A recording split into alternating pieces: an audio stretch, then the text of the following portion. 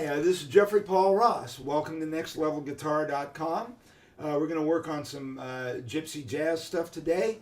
We're going to work on these little triads. I'm referring to these little triads like this. And in previous lessons I've gone over this before. These are very similar to things that you would hear in like a blues song, like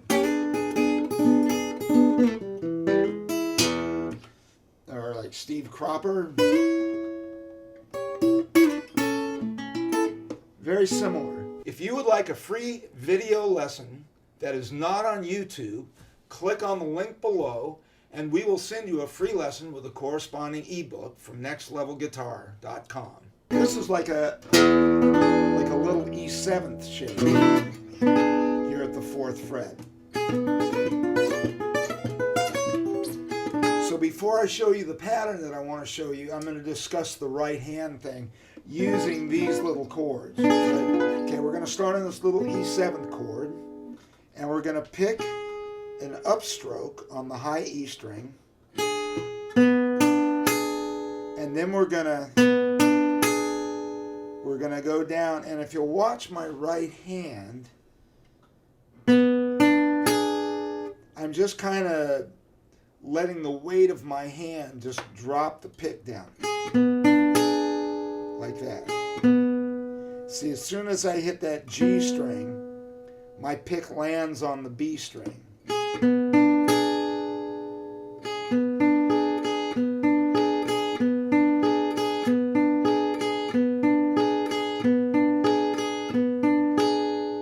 So you can practice like that, just staying in one spot.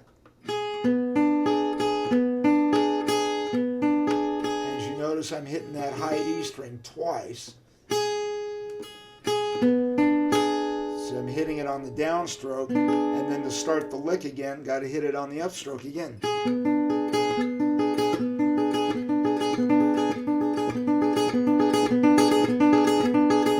So practice it slowly until you get comfortable with it.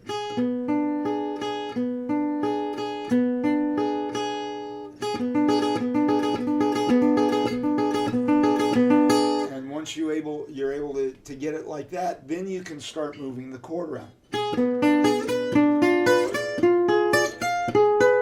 you can practice it like that. Going up a minor third, which is a step and a half, or 4 frets.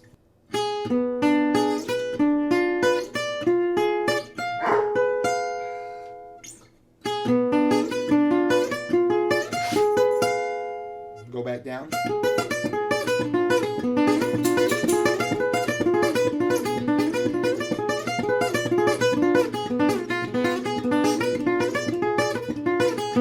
And if you listen to Django or Gypsy jazz, you will hear those types of little chord riffs a lot. It's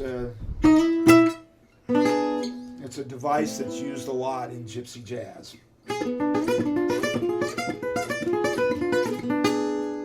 Okay, so once you've got that pretty smooth, now we're going to make it a little bit more complicated. We're going to use different voices, different chord voices, different chord shapes, but we're going to keep that same picking pattern.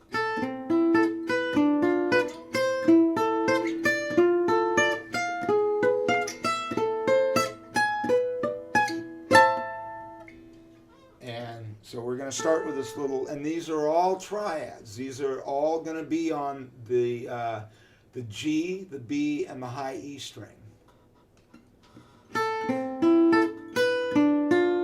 So the first one is this little A minor triad.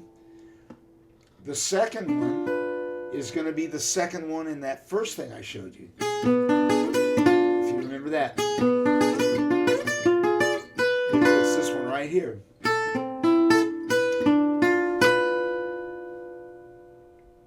And that is it's basically on the 7th fret with your G and your high E string, 2nd and 3rd finger.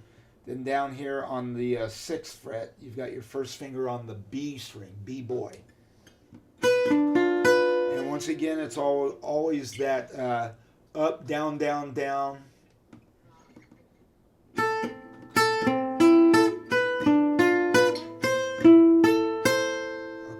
next one is another A minor triad. We have this one, and now we've got this one with our second finger on the G string on the 9th fret. Then on the B string, we've got our third finger on the 10th fret.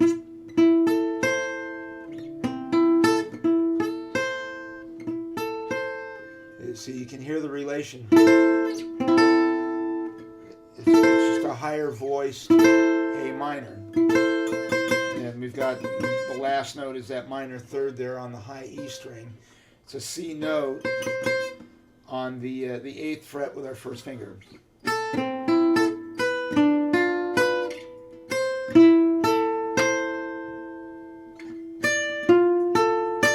we're going to play a D minor, just like this one. This is an A minor.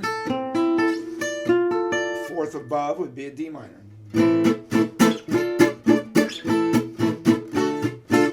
However you do that.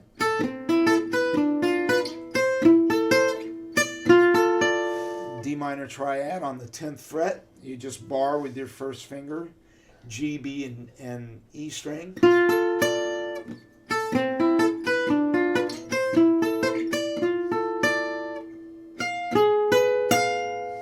Now we're going to come up here to the 13th fret with our third finger on the G string and our little finger, our fourth finger, on the high E string.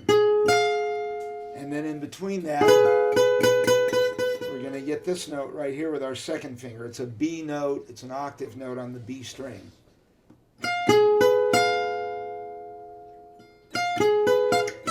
Now, as you'll notice, that's the same thing as these chords. But we're using a different fingering because it's going to be easier to go into the next chord. See, if you were to use this shape that I showed you earlier, it would be hard to twist your fingers into the next chord. See, all you got to do now is just slide this up one, lift this up, and drop that down. You're right there. Because eventually you're going to want to play this fast, and if there's too much finger movement, that upstroke, it's not, you're just going to kind of peck that high E string and the note won't ring true.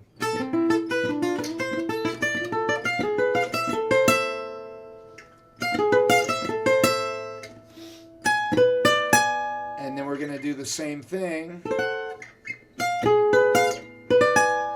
up here.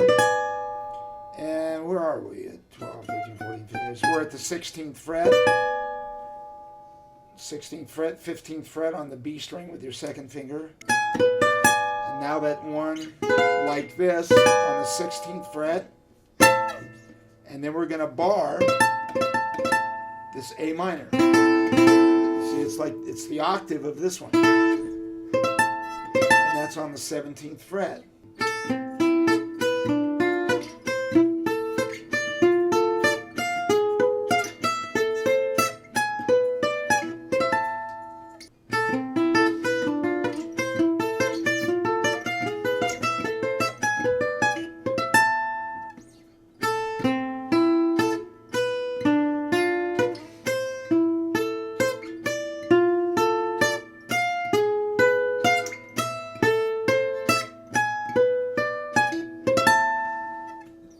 So once again, this has been Jeffrey Paul Ross for nextlevelguitar.com, reminding you once again that we have over 1,000 various types of guitar lessons, starting with beginners, then intermediate, and on up through advanced. So we'll see you next time.